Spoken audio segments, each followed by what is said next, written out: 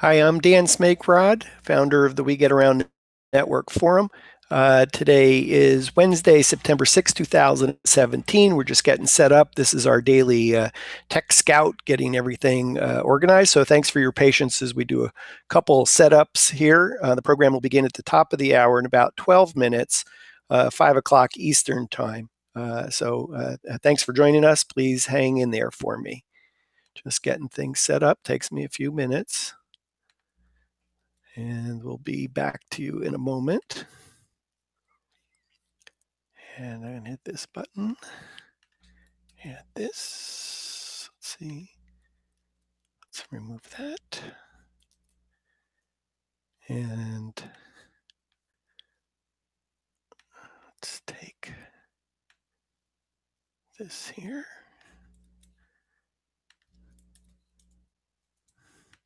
It's a very low-tech operation here, so thanks for your patience as we go live on the front page of the We Get Around Network Forum. So let's do a refresh here.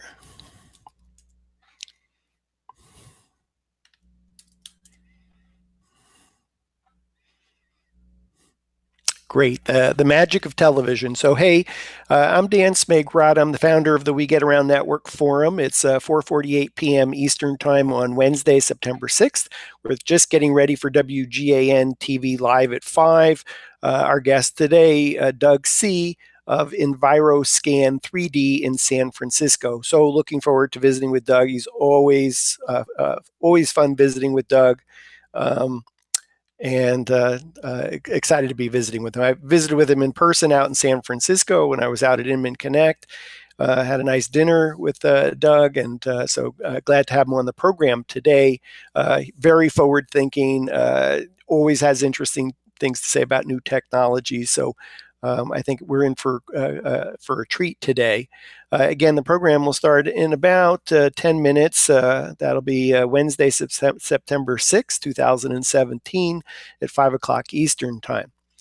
So, what I want to say is, we were trying to visit on, I lose track of time, but earlier this week, I think it might have been yesterday, we were going to visit with John Javier with PhotoSpark, and unfortunately, PhotoSpark's internet service provider had some challenges. I think fiber might have been cut. Anyway, good news is we've rescheduled visiting with John Javier, PhotoSpark, this coming Monday, and we'll get that in the calendar over to the right. You can see what the upcoming programming is, checking out the calendar. You're always welcome to join us live. You see that button on the right here, which is join the virtual studio audience. So if you actually want to ask questions of our guests, join me, and you can participate in that process. There is a little registration. If you check the Get Help box, it'll take you through registering. It's one of the membership benefits of being a member of the forum is that you can participate in our virtual studio audience.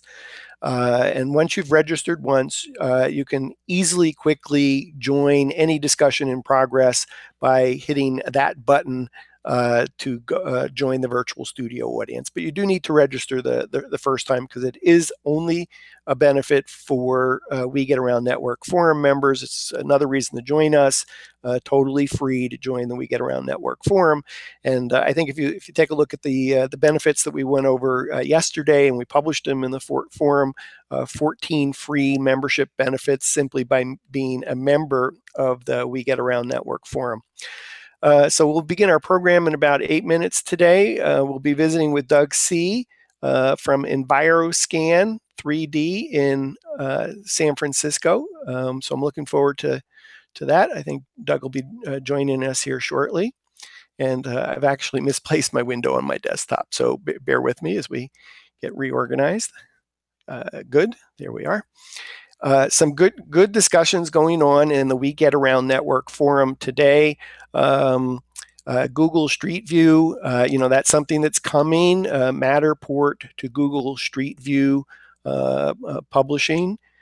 So very exciting. The discussion going on today, though, at a kind of a higher level for Google trusted photographers talking about some of the challenges that they're having publishing to Google, and some of the same issues are likely affecting Matterport's integration. So if you're a Google Street View photographer or you're really interested in this topic, it's a deep dive. And we're actually, so interesting that I've asked the participants in the discussion if they would participate kind of in a WGAN TV town hall, talking about some of these challenges that they're facing with Google Street View. So anyway, I think if we can pull together the members of the forum that are kind of having a heated conversation in that discussion. The discussion is titled Google Street View Unbrands Client Tours. I've been affected by what's happening in that discussion, so I'm eager to find out what the resolution is myself. But anyway, we have at least one of the three key participants is going to join us for WGAN TV Town Hall Google Street View, and we've asked some other participants, key players in that, to join us as well. So we'll keep you posted on that. Again, very exciting discussion, super geeky, but super interesting if you care about this stuff. I do. I'm sure a lot of you do. It's part of the reason that I went to Tokyo was back in May of 2017 to hear firsthand from Google about their plans with the Google Street View.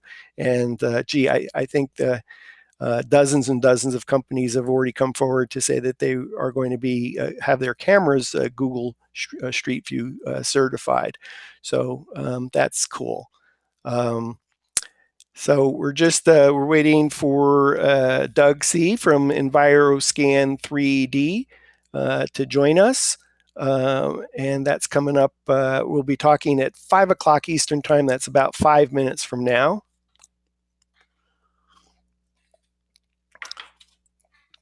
So I would love, I'd love to have a virtual studio audience. It's totally, it would be totally way cool. I think it would be way cool to have you participate. Anyway, Doug's just joining us. Let me see if I can get him connected here. And just take me a second. And almost there. So, hey, Doug, good to see you. We are actually live on the forum. So if you're looking at the front page right now, you'll actually see that we're there. We haven't started the program yet. That starts at 5 o'clock. So good to see you. And I'm not sure I can hear you. Can you hear me, Doug? Doug, can't hear you. So, and I think I have my settings okay on my end. Anything else you can plug in or try, Doug? I think you can hear me, yeah? If you just not up and down. Yep, now you're coming in. Oh, now you disappeared. Can you hear me okay, Doug? Yeah, I can hear you just fine. Oh, good. Okay. I'm starting to hear you. Yeah, I switched to another mic. I don't know why the primary one's not working. Yeah. Okay. So, Doug, we are live on WGAN TV Live. So good to see you. We'll get started in about 4 minutes. I let everybody know that we always do a tech scout, and this is kind of the behind the scenes thing. So if you want to get anything adjusted or equipment, if you want to check screen sharing, if you want to use that for any reason. So. Yeah. Actually, give me 1 second here. I'm going to pause video feed. 1 second. Okay.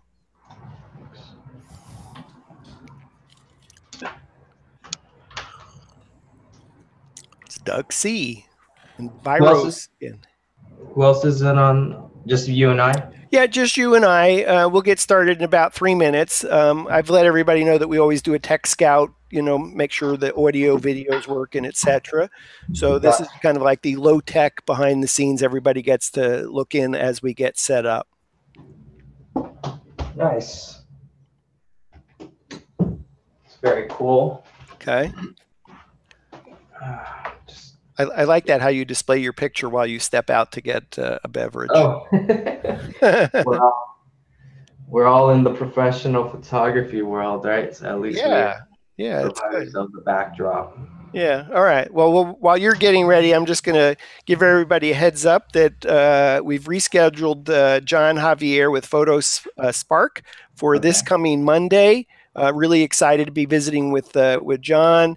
He's got all kinds of great services for the community, including image editing, a virtual twilight service, a virtual staging, converting Matterport tours to a 3D model where he takes out all the furniture so that it can actually be restaged.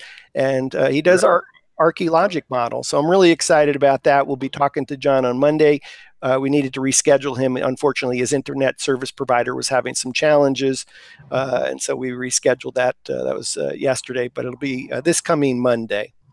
Who was the other gentleman that focused on doing point cloud and converting them into 3D modeling, or was Uh, it a company in Germany or Europe? yeah, Danny Bosting in the Yeah. Netherlands. Hmm. Yeah, we've had him on the program. We had an excellent, I mean, super geeky deep dive Got it. in all thing Unreal game engine meets Matterport. That's So cool. yeah, S- is it a rule from Matterport is that is as soon as we upload to their host server, we cannot redistribute it out as third party? Um, like for Danny Basting's case endpoint, if you upload the work to Matterport, you can't use the work for anything else. oh, sure, you can use it. Okay. You can embed your Matterport Spaces 3D tour anywhere you want, Uh, and you certainly can use the object file, point cloud, any kind of derivative works that you can make for Matterport. So oh, I see. yeah. Anyway, so we're just coming up to the top of the hour, Doug. Let me do an official introduction. If Okay. you can bear with me one sec. Are you ready? And we'll get started. Yeah. Okay, so bear with me one second. 5, 4, 3. Hi, I'm Dan Smigrod, founder of the We Get Around Network Forum. Today is Wednesday, September 6, 2017, and you're watching WGAN TV live at 5. Our guest today is Doug C., founder Enviroscan3D in San Francisco. Hey, Doug, good to see you. Good to see you too, Dan. Thanks for Uh, having me. Yeah, you bet. Doug, actually, it's always great to see you. I know that we were. I was fortunate enough to be able to have dinner with you out when I was at Inman Connect. I was Yeah. just like so excited to visit with you because you always have interesting and exciting things to talk about. You've been a member of the forum, I think, for more than 2 years. Uh, Has it been that long? yeah, yeah, and I guess it goes by pretty quick. Yeah. But before I ask you about some of the new technologies and initiatives that you're doing, let's talk a little bit about your Matterport service provider business in San Francisco. Sure, absolutely. In San Francisco, we're highly using this service. I think a lot of the realtors and agents, they know this is just an advantage, not only for themselves, but for their clients. For themselves, they can keep their open house listing running 24/7, connecting people in all sorts of different ways rather than just the traditional method of just solely opening the door. And then with the clients, and they just love the fact with this 3D approach, this VR approach as well for them is really capturing a lot of interest. They like that the application is able to be served. And I believe that more and more the customers are actually looking more and more for this as going to become a norm. And then how they can best see this as a common practice into the business application when they're Yes, showcasing homes. Doug, I think we wish that all Yeah, that yeah, every agent and broker just like you engage a photographer to shoot professional images, that Matterport Spaces 3D tours becomes just as obvious. yeah. I'm always fascinated about when people bought a Matterport camera and why. What was the impetus? Say that again in terms of why Uh, Matterport? uh, when did you buy a Matterport camera? Oh, that's a good And question. thank you. I think it's a good question. Mhm. So I'm really curious. When did you buy the Matterport camera, and why? What was it? What caused you to pull the trigger and buy the camera? Yeah, sure. My first camera purchase was back in February 2015. I came in, actually had a very early adoption, just being able to see it before it really started taking to mainstream. And what I liked about it was what the technology was tying in, what it was actually providing as a whole. New solution, I for myself had been in the 3D industry for some time, but for the application of real estate was really something unique because it helps in the environment from a logistic standpoint to be able to see so many places without having to always travel all over. Um, and so I decided to build a small business out of this. And then next thing you know, I had no idea how it was going to grow and expand outward to actually help many more. And it was just everybody whom I shared it with was just having very good fascination with it. And they want to see where the potential it could take from there. And then here we are today. We have, now I actually bought multiple cameras to help with my team based more in utilizing the tool service. I think the product is right now is best in class, allowing a lot of smooth transitions and overall impression from a lot of the user end that are actually appreciating this. And how is that running a team? I think there's many members of the We Get Around Network Forum are solo business owners. Mhm. Can you talk a little bit about making that leap to bringing in other team members, buying more cameras? Sure. I think to actually point it out that the members or the number of people that are familiar with this industry from a global perspective and a national perspective, it's still small. There's still not a lot of people that are fully engaged with it. So if anything, if we're already leading in the forefront, we should be the ones at least allowing to educate or co-collaborate, co-create in a lot of ways to make it all possible. I think more than ever, it makes a lot more sense to tie it in with each other rather than see it as a competitive market because there's plenty out there, and I think as we're serving our business clients, which is for the real estate side, the realtor agents, they just want to have connectivity close at hand. If they could find someone that's local nearby, they'd love to work with them rather than someone traveling 2 states over just to help serve their needs. Hmm.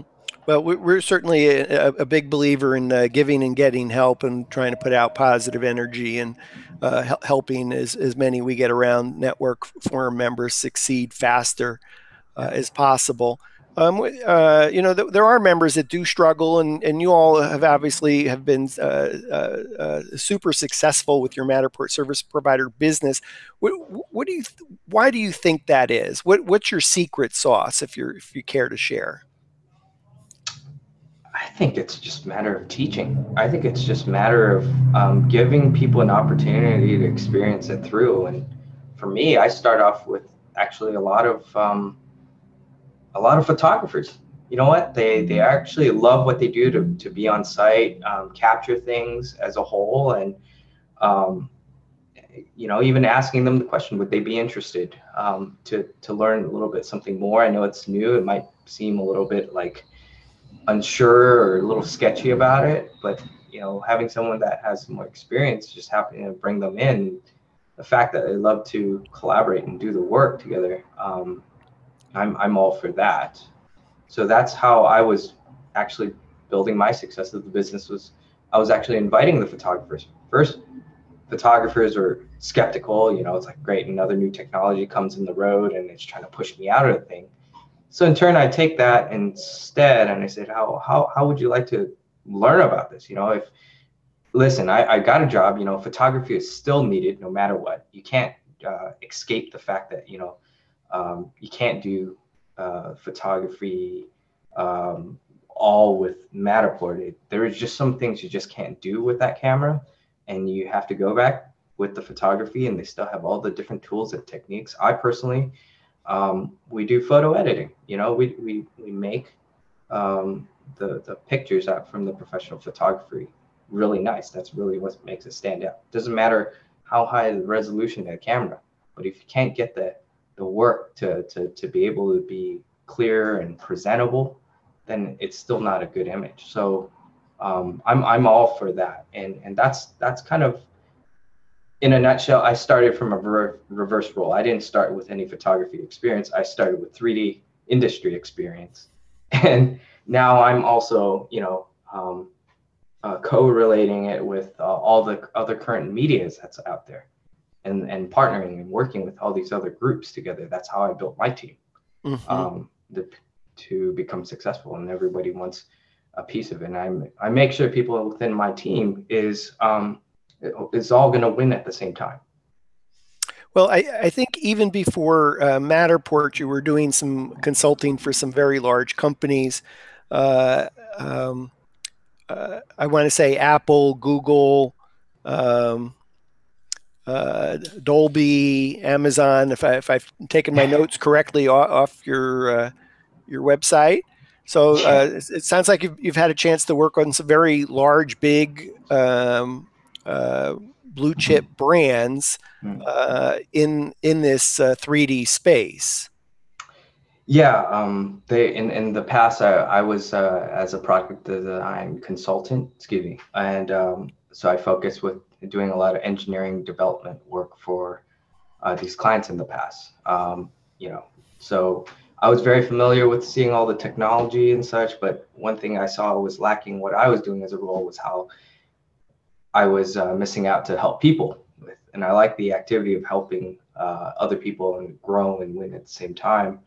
And just by chance, this happened to fall right onto my lap about having that creative idea with technology and to real estate. And that's some application that I saw that was just not entirely there. There was still so much more from the real estate industry that could actually have so much more access if they knew how to tie those applications together. Mm-hmm. And so that's how I steered myself into the direction of this business and created it from where it is today. And with Enviroscan3D, you continue to do consulting in this space. That's correct. That's correct. And so consulting can mean so many different things. What can you give us some examples of the kinds of expertise that companies seek you out for? Sure. Right now, some of these projects I'm working with is with actually startup brokerage firms.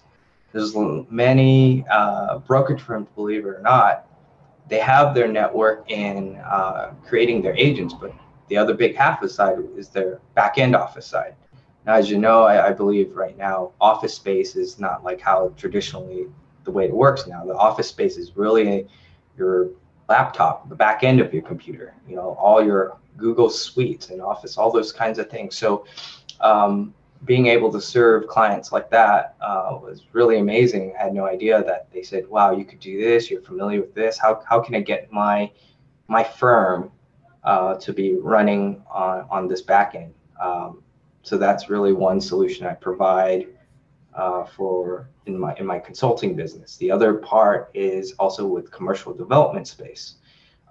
Spaces where, really taking the 3D VR to a whole new level, where space is unbuilt, and taking the space that's unbuilt, working it with the architects and create aesthetic visuals for the end user client to get a strong visual perspective.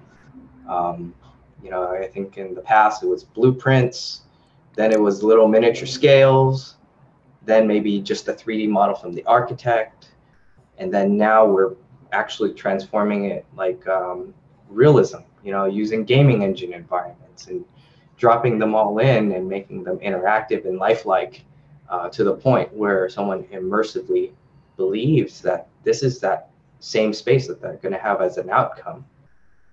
That to me is just an incredible,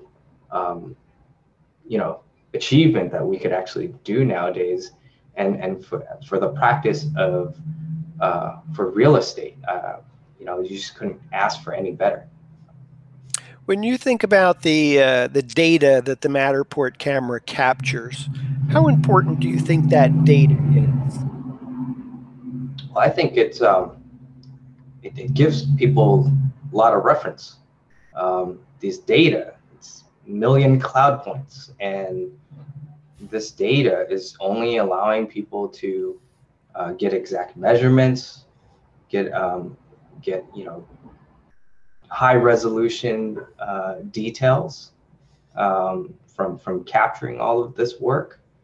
It's almost incredible to say we could do away with a lot of what was just simple sketching, and really being able to just take these into context and build with a lot of imaginative things possible with it. The Matterport data, I mean, it's got those 3 cameras from infrared and imaging, and also the point cloud collection. It's a powerful tool, and I'm just glad it's being leveraged to be put to use in how we could recreate the work. That maybe some things that maybe were lost, or something that we could duplicate again. Yeah, I'd really underscore, what you've said there, Doug, in terms of the value of the data. I imagine there's many Matterport service providers that are out scanning.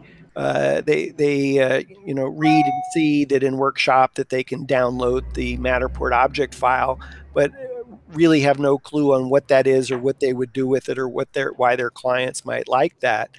And I could imagine over time, as architects and engineers and people in the construction space realize that the Matterport camera is capable of capturing the 3-dimensional data with either an object file output, or a point cloud, an XYZ export, that opens up all kinds of possibilities for Matterport service providers, scanning spaces where the data is the driver of the conversation, not necessarily the photography. I know, Doug, I give you an example of, one thing that we did recently. It was for a virtual reality agency, and we scanned their offices, and the photography really was a byproduct of what we were doing. The chief technology officer really wanted the object file in order to bring it into a game engine, in order to do 2 things. One was to be able to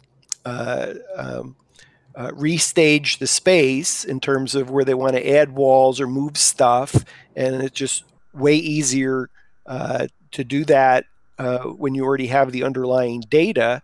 And second is that he wanted to animate his environment in order to show clients what's possible in terms of this opening, that closing, pulling out the drawer, opening this, etc.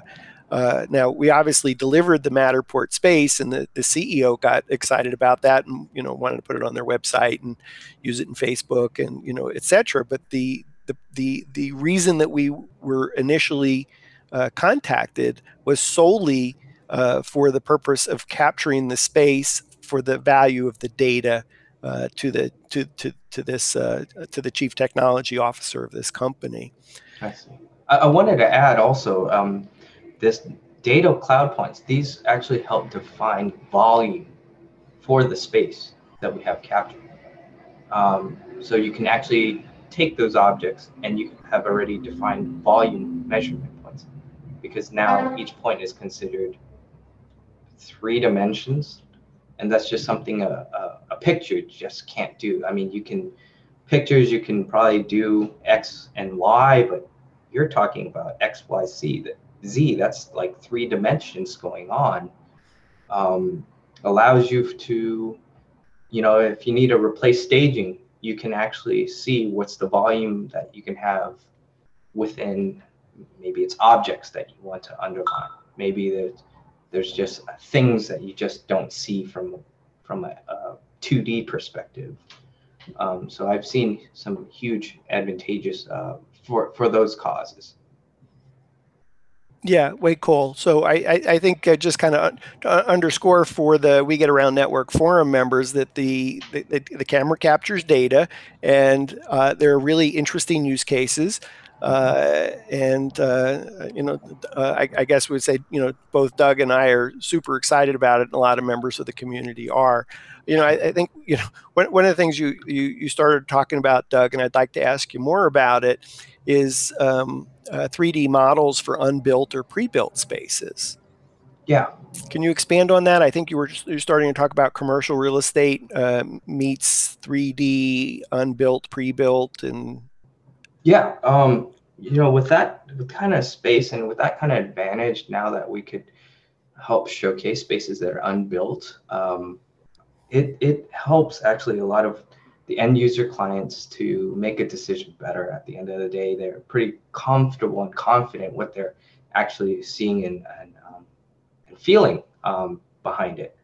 And a lot of the commercial developers like and enjoy the fact that they could actually get decisions perhaps maybe 18 months closed behind, ahead of time. And so then when they've signed for those kind of commitments, you've got then construction projects being funneled to process through. You can eliminate physical change orders, meaning issues that come across, and instead we work with the architect, do a quick update, give the visuals to the client to make sure that they're happy with what they're seeing, and get their approval or disapproval, and so we can all move on without having to come across the disasters like, no, this is not what I visualize. That's usually what the clients would usually say, no, that's not what I had in mind. That's not what I visualized. I mean, I've seen it in the drawings, I've seen it maybe in the 3D model, but not in my own set of eyes.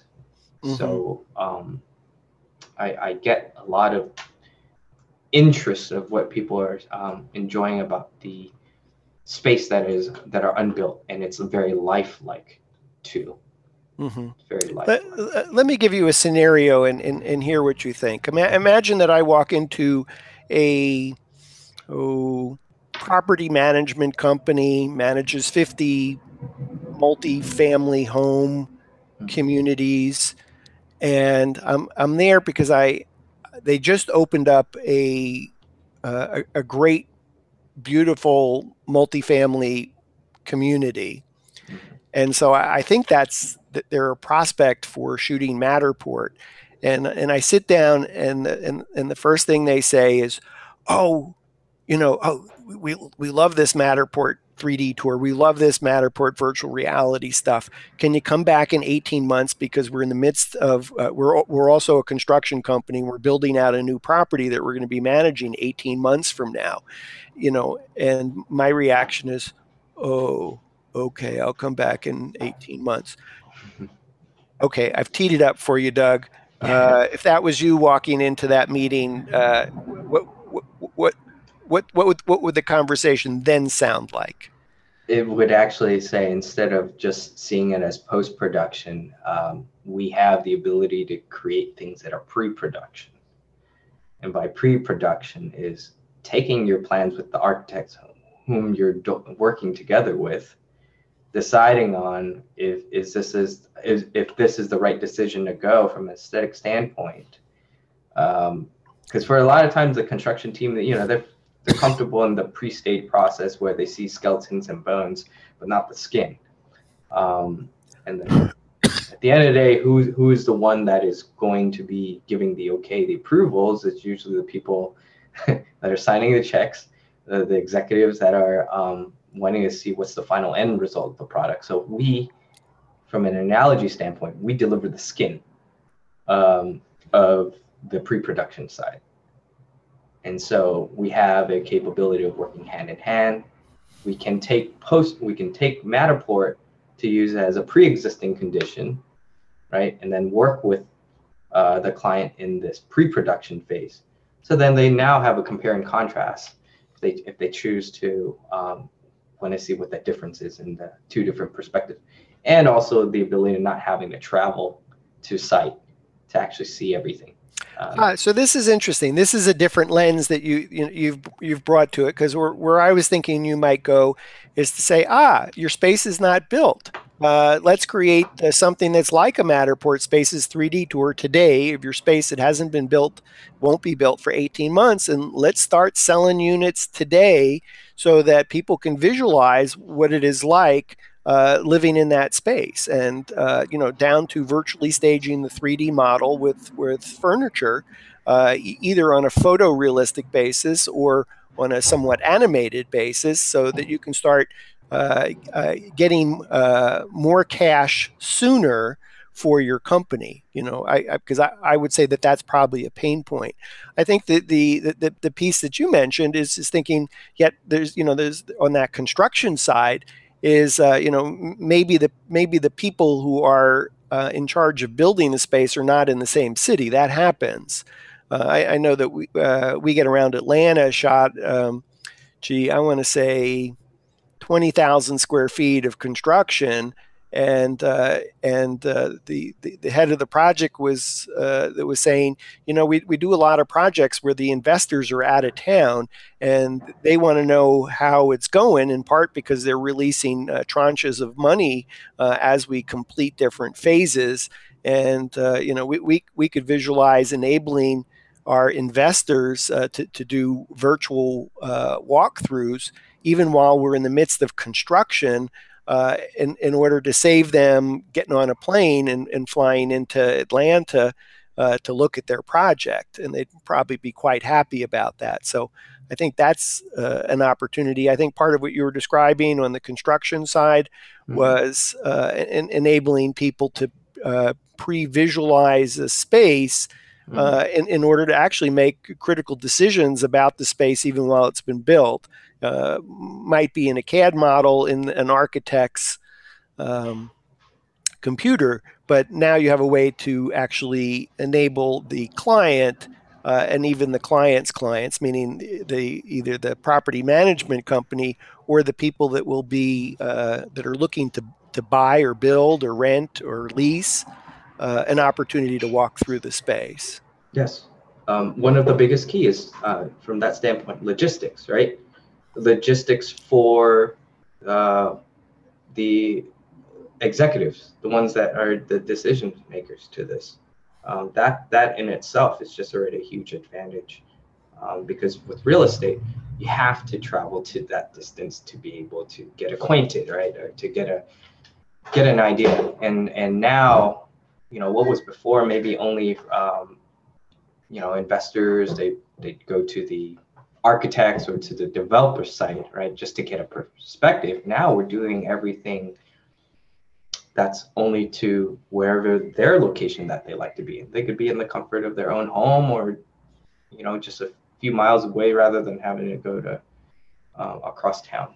So it's logistics is really one of the biggest things. Yeah, I thought I'd share something with you, Doug, that I'm in the midst of, and get your reaction to it. We were recently asked to quote on a project that is in the midst of construction, and the client is interested in the Matterport Spaces 3D tour. Had seen some of our other work, reached out to us.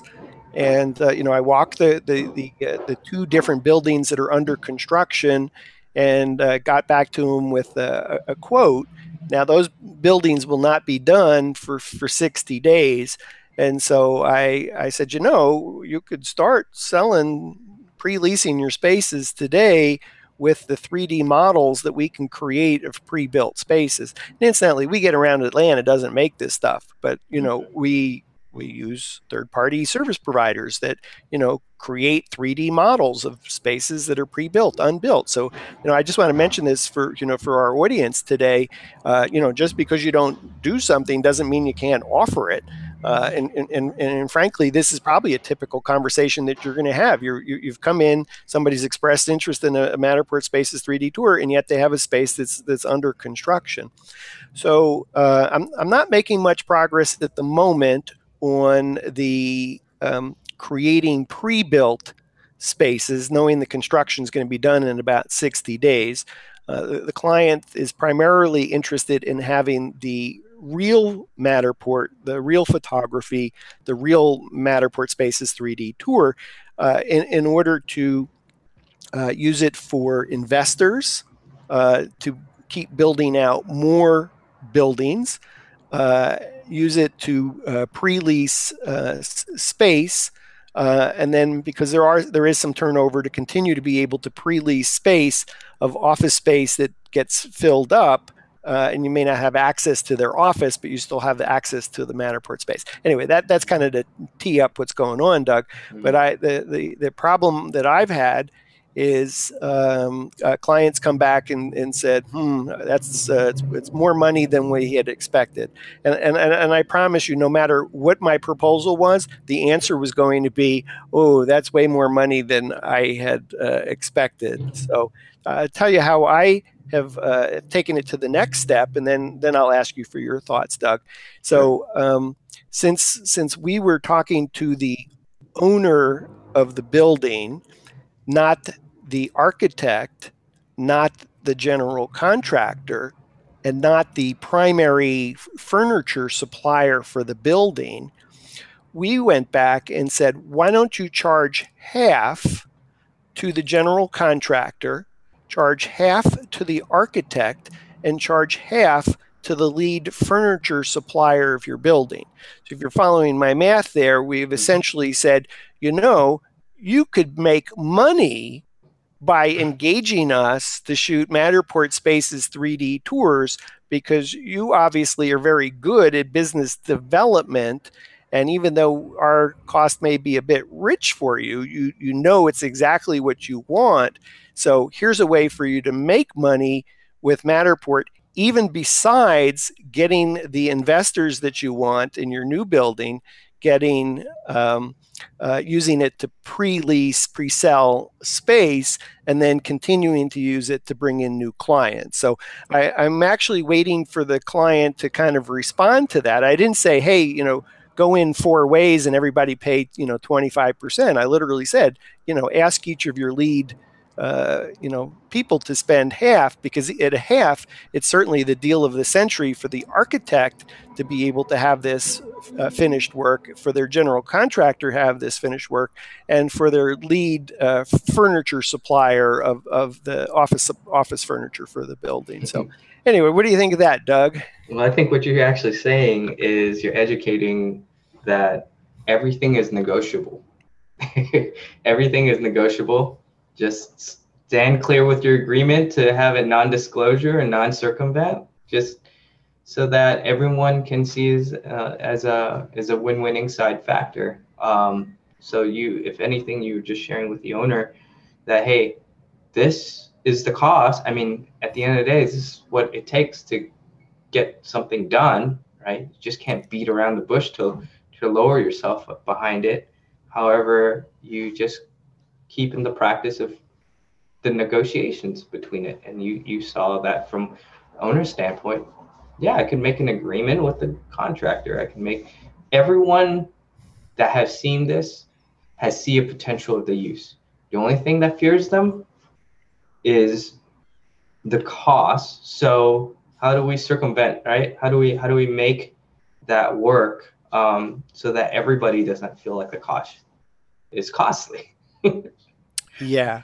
Yeah. So let me take a moment for a break here to say, if you're just tuning in, I'm excuse me, I'm Dan Smigrod. I'm the founder of the We Get Around Network Forum. You're watching WGAN-TV live at 5.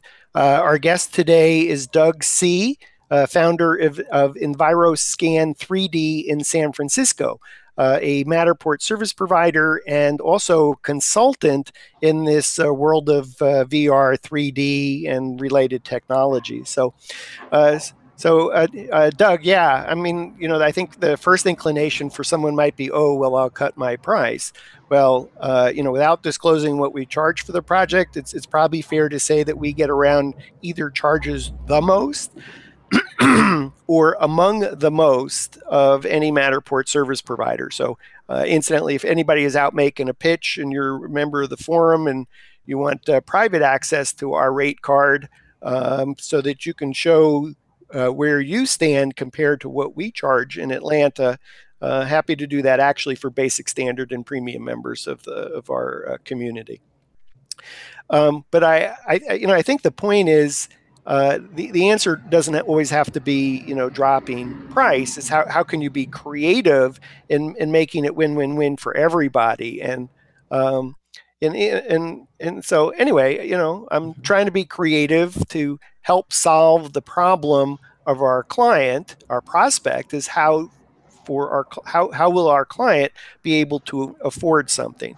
Now, often when somebody says I can't afford something, I think part of that is, well, you haven't convinced me that the value is there.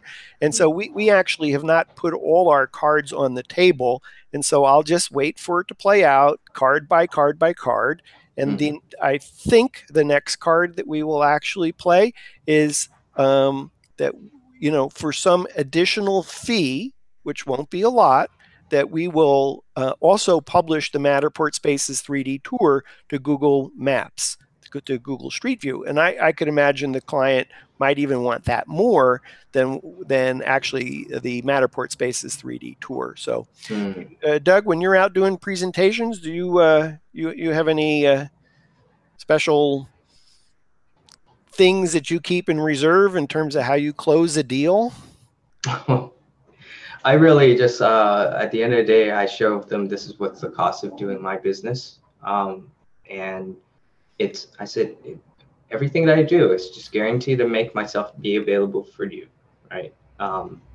If you find that the worth and the cost and value is not there, maybe I haven't helped address what is it that you're looking for, right? I only work to see what is it that you really want to gain out of this from. If it's, from as simple from realtors to gain more listings, sure, no problem. If it's more to gain more attractions with buyers, sure, no problem.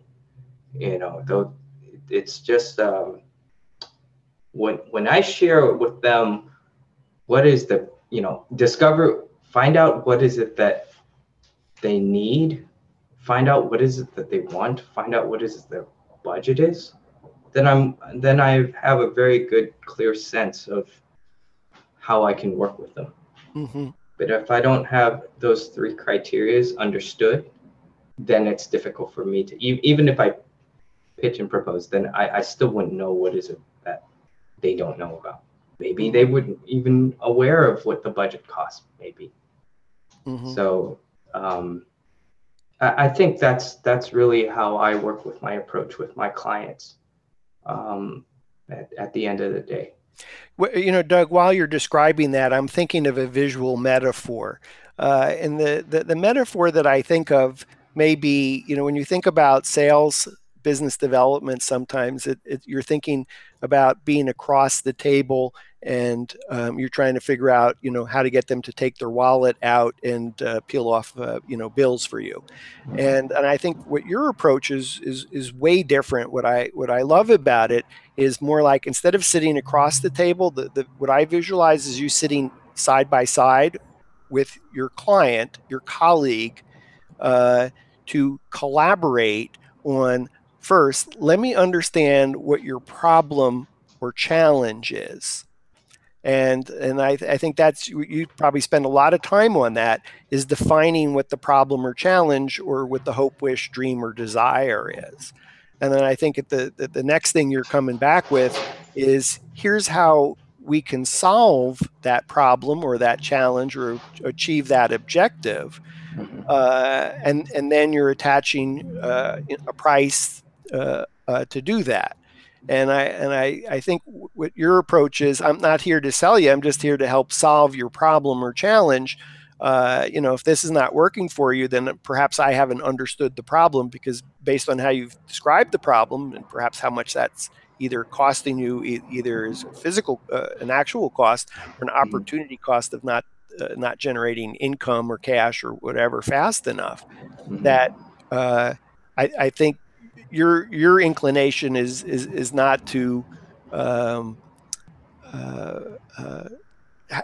be in a conversation about, yes, I can help you, give me your money. Your reaction is, okay, well, obviously I'm not helping you. I haven't sufficiently solved your puzzle, or I don't understand your puzzle enough. So maybe we're not the right solution, or we don't have the right solution. So let's go back to defining the problem, and then let's go back to figuring out what the solution is, and then attach a cost to it. So I think you're probably very matter of fact, even keel. And while you were talking, that's what I was visualizing, is you're just sitting side by side, not across from them. Yeah. When you do your meetings, do you sit side by side? I do whatever is necessary to get people to be involved, right? To Yeah. be involved with what the scope of work is going to take, because they're looking for at us from an expertise level. That's not in their field. If they were experts, they would probably didn't want to need to use us, right? But as we all know, no one can do everything all by themselves. And I guess I always see the fact that doing one job doesn't make me rich. It's the continued projects that we keep building. You know, if someone really thinks I'm that expensive, and if that's the case, then they probably only do it once and that's it. So what would you have suggested for me getting that objection on price? I would just say, I don't, I recommend you to either do more of your research and homework if you don't think this is where things are right now. It's just really to say, listen, I just want you to get educated with what's going on, what is that we have. I do this for a living. I'm familiar with this is how I price and I do my work with the business. I just only want to give you the best advice possible.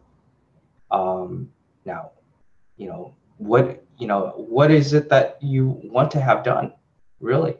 If I haven't found out what is it that you really want to have done, and how are you comparing? Perhaps trying to understand how is it that you're comparing this cost to the value of return. Do you feel like it's canceling itself out? How I guess how useful do you see it continuing to use what you're going to have as the service that's being provided for? I really think if that's the case, if the point of confusion or questioning is maybe there's not enough questions asked, and I really think often at times why we feel like it's not going to work, it's probably just our own worst fear. It usually is. I mean, I'll say that myself. There's fear lingering around when that client, wanting to take an effect. I have an example. I have a $10 million property listing on this project, wants to do video work and all these kinds of other things. I sent the proposal. I haven't really heard anything back.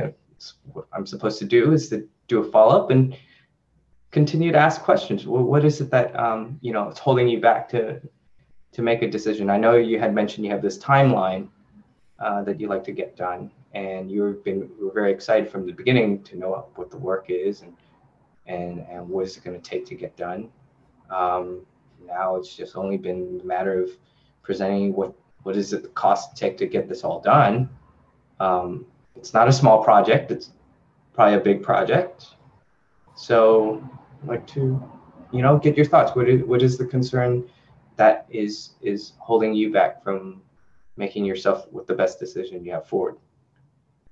I think we need to fly you into Atlanta to meet with our potential client and have you ask the follow-up questions. I won't. Sure. For me, I don't know him very well, so I don't have that deep of a knowledge. But yeah, happy to answer that form of the question. I'll just introduce you, Doug, as like our chief closing officer or something. But there's nothing special about me. Yeah, you're likable. Me, I got to overcome stuff by telling them to go, charge half to 3 different key providers so he makes money. Engaging us. Well, there you go. Then maybe you could just hire me to leverage you as a closer or something like that. Closer or something. No, I love your energy, because it's like this even keel energy, and I guess people know when people are confident and when they are, I don't know if it's a deer in the headlight or I know for We Get Around Atlanta, we're not a gym membership, so if you say to us, is that the best you can do? The answer is yes. And by the way, it's certainly a question that I ask when I buy anything from anyone ever. Is that the best you can do? And I would say about 95% of the people that I ask that question say, well, let me see if we can do better on that. I think we can. And I'm always surprised, that how many people are willing to cave on that question. But I just think it's like, having a conversation for buying a car or a gym membership. And, we've just taken the approach that, we're the 6-star, service provider. We're the Ritz Carlton in our space. And if you're going in for breakfast and you decide not to have a bagel, out of the off your meal, we're not going to discount your meal by the cost of a bagel. So anyway, I don't know why I go off on that that tangent or whatever, but I think probably I think what's kind of resonating for me is that this is what we charge, and we're willing to walk away from a deal happening because we feel we've understood the scope of the work, we've provided what we believe is the appropriate solution, and we charge for that. And I sense that you're also willing to walk away from potential business, but more from the standpoint of you're probably you're way more curious than I am to find out. I'm sorry, but I don't understand. Could you help me understand? I thought we defined the scope of the problem or challenge, and this is the solution, and here's what the result will be as a result of doing that. What am I missing? I mean, that sounds like you're just even keeled asking more questions rather than trying to tell people, no, give me your money. No, give me your money. Let's get this deal done. It's if anything, I believe whenever we build businesses, our business is to serve people, and money is it's like I was mentioning, it's just the cost of doing business. We only do it to keep it available that other people can get access to it, right? I don't know how I see it any other way. Maybe I haven't focused on the skepticism of business. Maybe I haven't focused on the concerns of not closing that one deal. Maybe just have to believe in something else that there's just so many out there. I mean, because we're in a prime. This is not a fully mature business like, I don't know, like a water company or this is new ground we're tapping in. So well, I think where we find commonality is that we look at a client as a long-term relationship, and we want long-term relationships. We don't want short-term sales. So, if there's something that's not right, and what's not right is price, then frankly, they're probably not the right client for us because it's a one-off. It's somebody who's going to be shopping around for the second job and the third job. So we are looking for relationships, and I guess I'm old enough to feel like I want to be able to say, I want to be able to fire clients. If it's if it doesn't make me feel good, never mind the money. I want to work for people who appreciate and value the value that we bring to them. I love getting emails from clients. We've shot a Matterport space and we've delivered it, and they're super excited and they're just very appreciative. And and frequently, they want to change this, they want to change that, something else wants to change. And we deliver them as a single property website. So we may have video on that page. We got text, Matterport space, blah blah blah blah. And so client wants to change any things, and and our answer is delighted. How can we help you? It's interesting. We at the end of the day, we all have our choices too. And yes, and when you have a client to begin with that is always counting the blessing on lowering the cost, guess what? That habit will always continue to kick in over and over and over and over again with that particular client. And I Yeah. myself had to find myself like, should I fire the client? You know, because I was put in that position for myself. And yeah, it's like the choices we do make. Because at the end of the day, we still need to decide, you know, is this a job that feels good for us or does it not? I always say business and client, you know, whenever you form an agreement, it's when two people come to a yes handshake agreement that comes true, right? If it becomes a win-lose, what benefit is there going forward with it? Then one would be not happy with the other, right? Yeah. Both sides. Either I'm overcharging, they're giving in and like, oh, I'm not feeling good about this, and they feel bitter the whole time.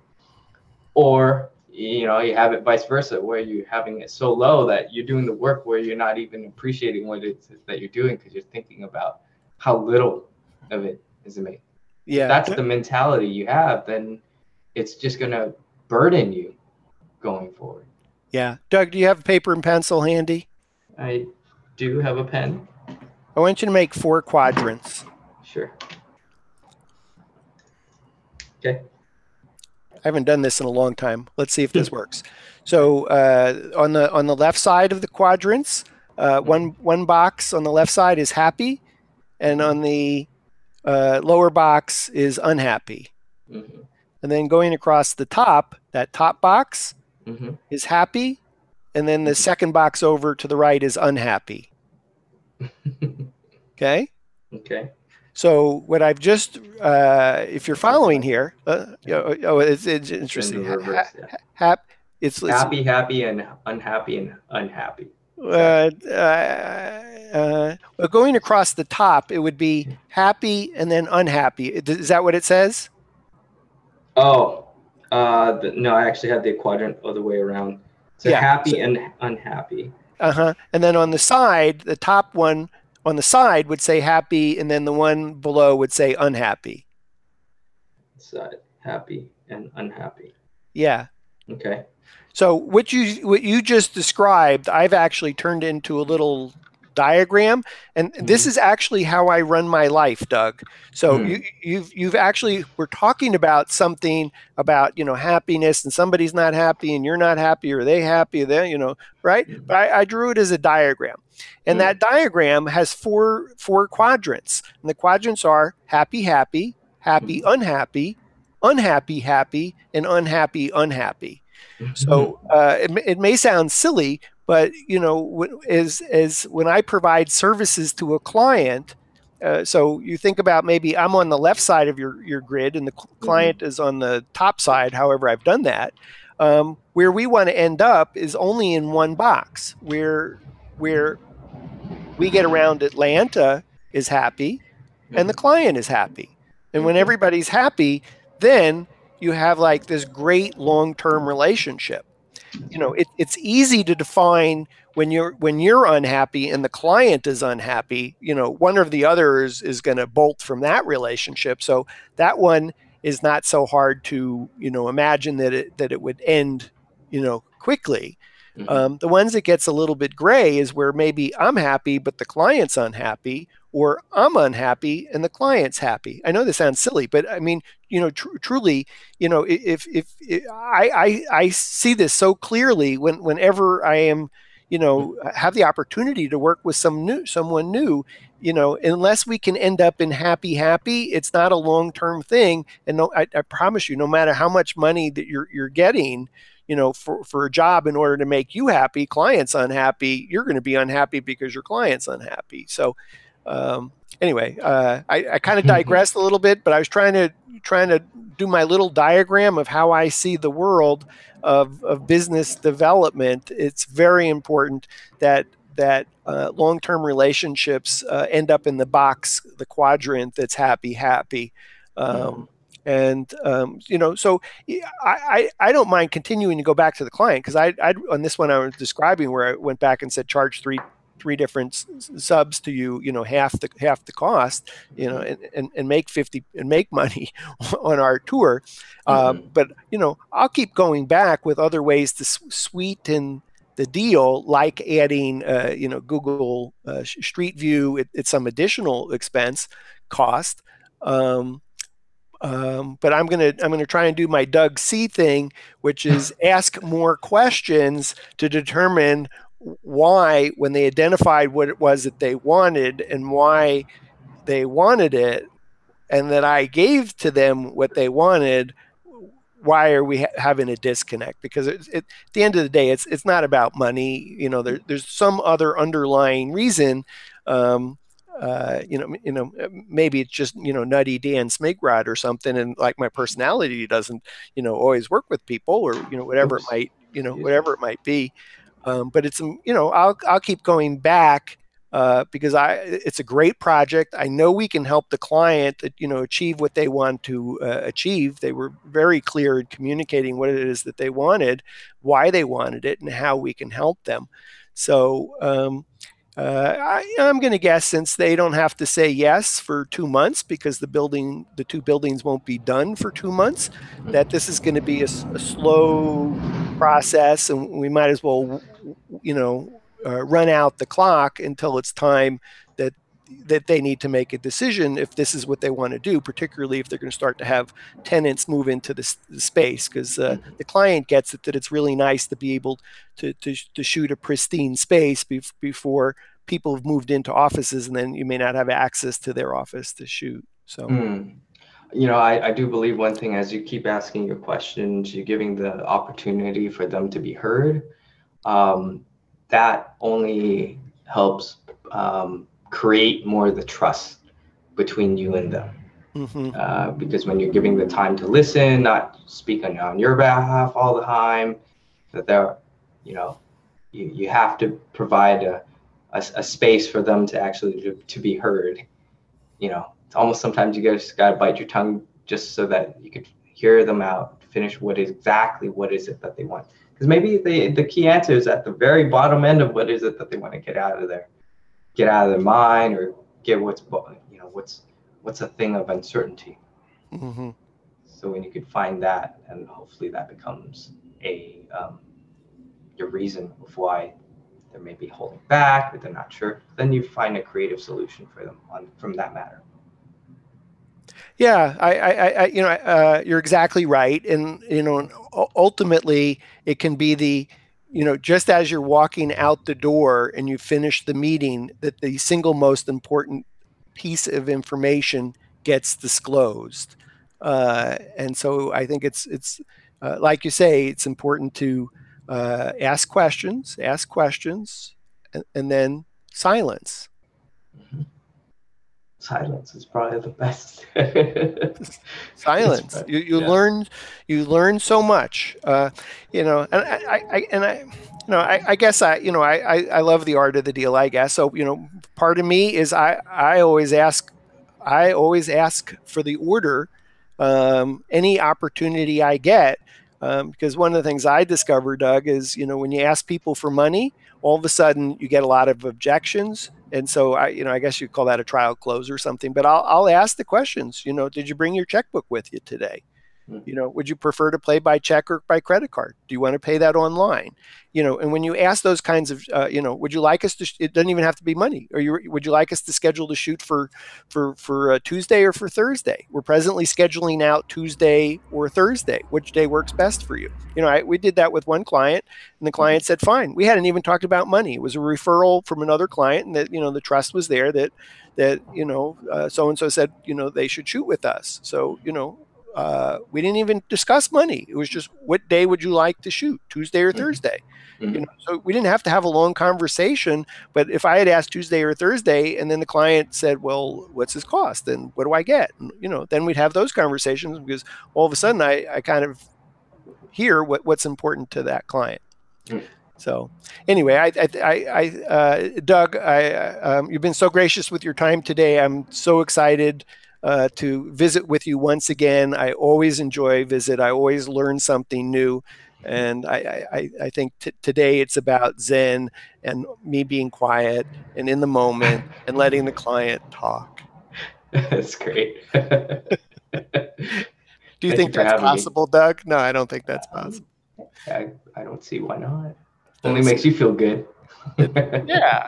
Okay. So, Yeah. so I got some things to report back to you. May take me 2 months or 3 months before we hear the answer, but we'll share the results, and I look forward to hearing what happens to your $10 million deal, Yeah. and how that progresses. I will. I will. In So, fact, I'm gonna give him a call right now just to yeah, so Doug, follow up. thanks for joining me. So, thank you all for tuning in. You've been watching. I'm Dan Smigrod. I'm the founder of the We Get Around Network Forum.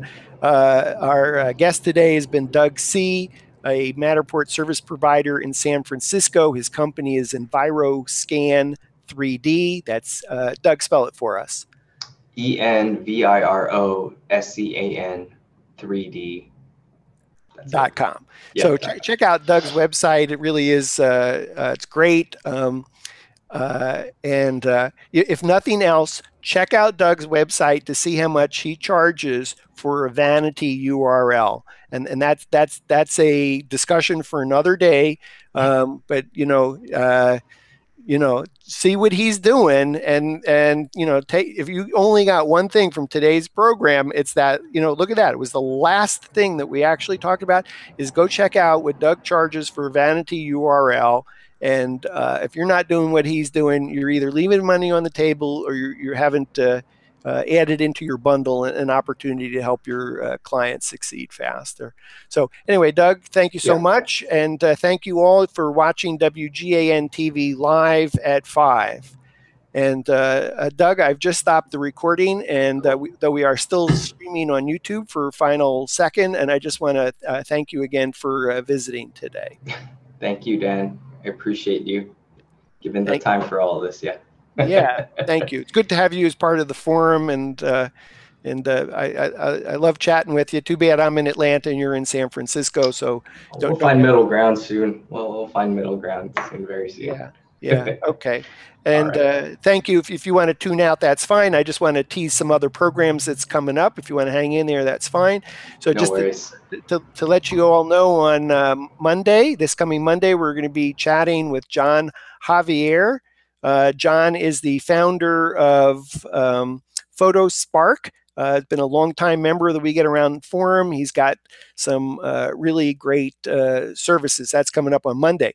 Really excited also about tomorrow. I'm literally tingling. Tomorrow, Thursday, WGAN TV live at 5, with Ross Peterson, the founder and developer of WP 3D Models WordPress plugin, will be our guest on the program. Ross will be talking about version 3.0 just released.